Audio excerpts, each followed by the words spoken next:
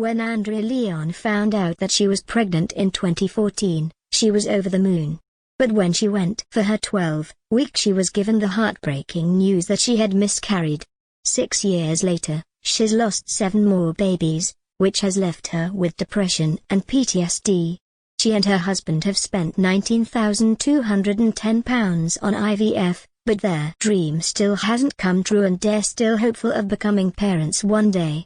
The 27-year-old has now thanked and praised Meghan Markle for speaking honestly about miscarriage, saying she grieves with the Duchess.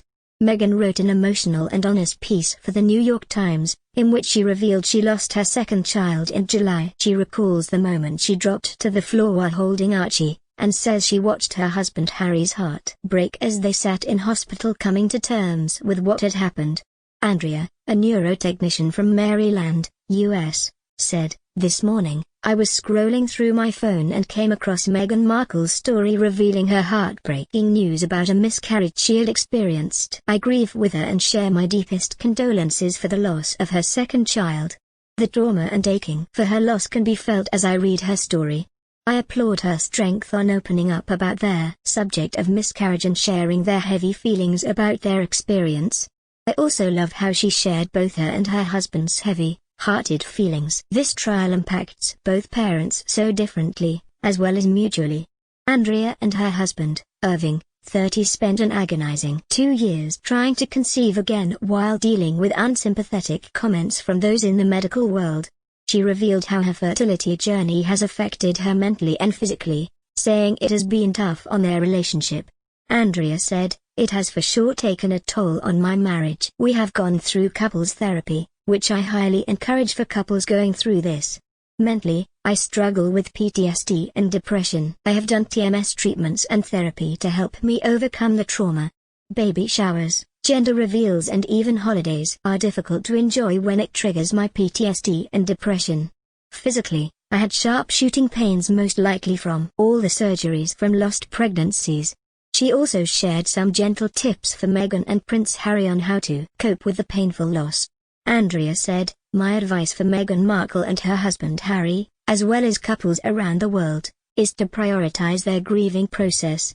Individual and couples therapy has helped me move forward, as well as stepping back and spending quality time with loved ones. Your voice is heard, Meghan. Your pain is empathized by many, and thank you for shining a light on this taboo subject of miscarriage. I know how hurtful people are when going through a loss no one can see or feel. People shame the mother. Do not acknowledge the loss or belittle about your loss by saying at least it was early or at least you're young and can try again. Opening up about your pregnancy loss comes with some negative comments, but you have no idea how many couples you have touched and given a voice to. There is so much more positivity that comes out of breaking the silence for miscarriage. Meghan Markle and Harry, know that my prayers are with you and your family." Andrea first fell pregnant in January 2014. But was diagnosed with a miscarriage. Her body hadn't processed the loss and continued to act as if she was still pregnant with a growing baby, at her 12-week scan. Between the 2nd of November 2014 and the 5th of April 2015, she got pregnant 4 more times, and miscarried each time. Andrea said, "Losing 4 babies in a year was devastating. Each positive pregnancy test came with anxiety, fear and stress. My 5th pregnancy, I naturally miscarried in my home at about 4 weeks.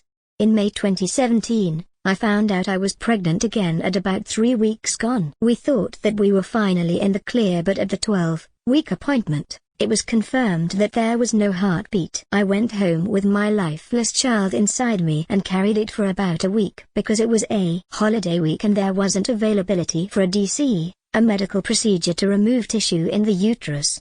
Sleeping and eating were little to none at the time. There was a foul smell coming out of my private area, which traumatically impacted my mental health as I knew it was the smell of my deceased child. It made me feel dead inside and out."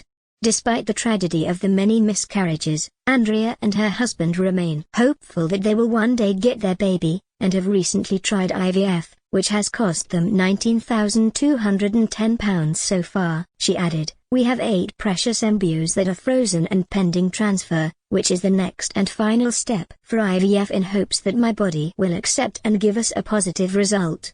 Andrea also aims to educate others about infertility and pregnancy loss by sharing her story on Instagram.